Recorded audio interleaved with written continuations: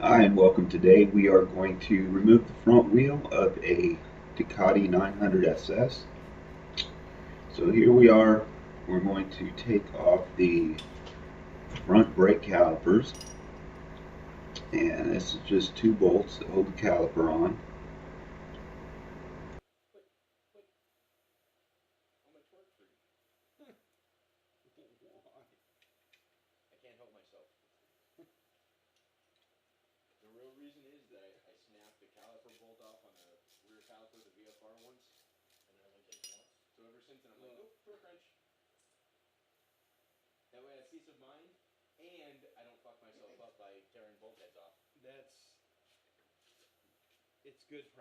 So with the brake caliper bolts out of the way, we're going to slide that brake caliper down on the rotor, and we're going to give it a little twist to separate the pads, and then we're going to slide that caliper out, doing our best not to touch the wheel or scrape it across the wheel and ruin the paint on the wheel.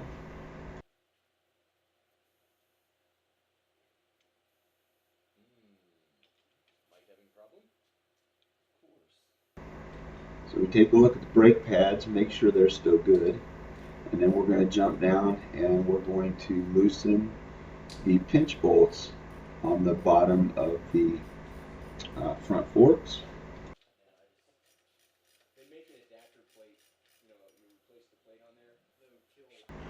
Now over on the left side, we're going to do the same thing. We're going to loosen the bolts on the left caliper. The reason we're doing this today, not to replace the tires, but to balance. This is my buddy's bike. He lives down in Brandon, Florida, and he took his tires into a shop to have them mounted and balanced. So they took care of him, sent him on his way, and now his hands go numb when he's riding down the road. So we're going to pull this front wheel off. We're going to put it on a computer balancer. And what I found was this front wheel needed almost 2 ounces of wheel weight. So I went ahead and I spun the tire on the rim, got it down to 3/4 of an ounce, and put the weights on. So they mounted his tires, but they never balanced them for him. Bunch of friggin' assholes. So now we're going to take our Allen wrench. We're going to break free the axle. Notice I did not loosen the cinch bolts on the left side of the bike. So at the bottom of the forks, those cinch bolts are still in there tight. They're holding that little round nut that's inside the fork tube. So once we get our axle loose and free, then we come over to the left side and we loosen up these pinch bolts on the bottom of the fork.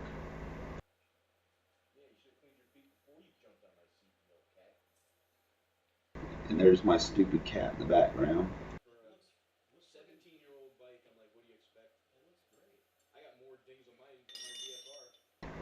So now we'll just slide that axle out. We have our foot underneath our tire to take the weight off the axle and drop it down. And now we need to remove the speedo sensor. So there it is, your wheel's off. Now we're going to put the wheel back on. So we're going to put a light coat of grease all the way around the axle. This is going to do a couple things. Protect the axle from a bearing if it goes bad. It's also going to make the axle slide in and out of the wheel a lot easier. Make it easier for us to do it next time. So we take our speedo pickup, and there's like two little notches on that go between two little notches, I guess you'd call them, inside the wheel.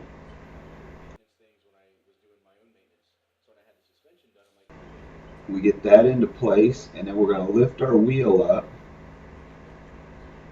and we get our wheel up in the air. Then we're going to take our greased axle, we're going to slide it into the fork and through the wheel.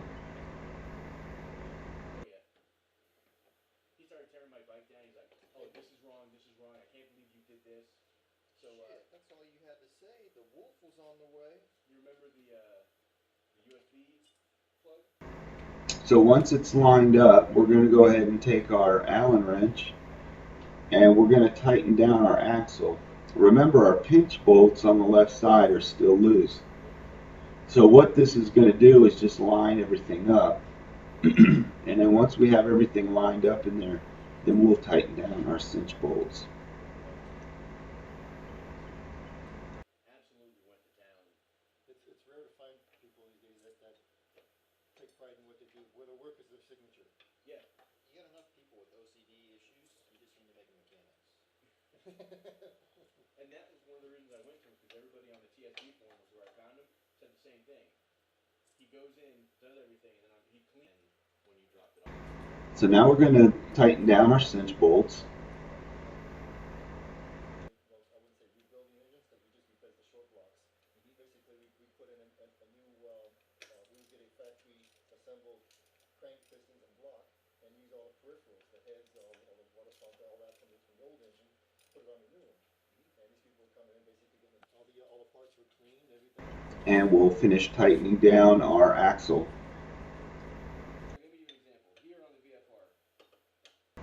So once you get your axle tightened down, then we're going to put our caliper back on. Now I screwed up. This is how your caliper should look.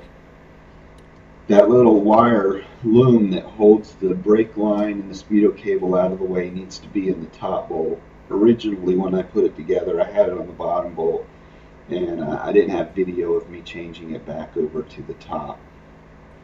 So now we're back on the right side. We're just going to wiggle that brake caliper back onto the rotor, and as you saw, the brake caliper, or the brake pad, kind of slid out of the caliper, and it's kind of crooked. So what I'll do is I'll just take a screwdriver, and he's using EBC pads, and what I've found is EBC pads don't fit properly in Ducati calipers. Sometimes you have to file the burrs off the edges to get the EBC pad to slide and float properly within the Ducati calipers. So keep that in mind if you're replacing your brake pads.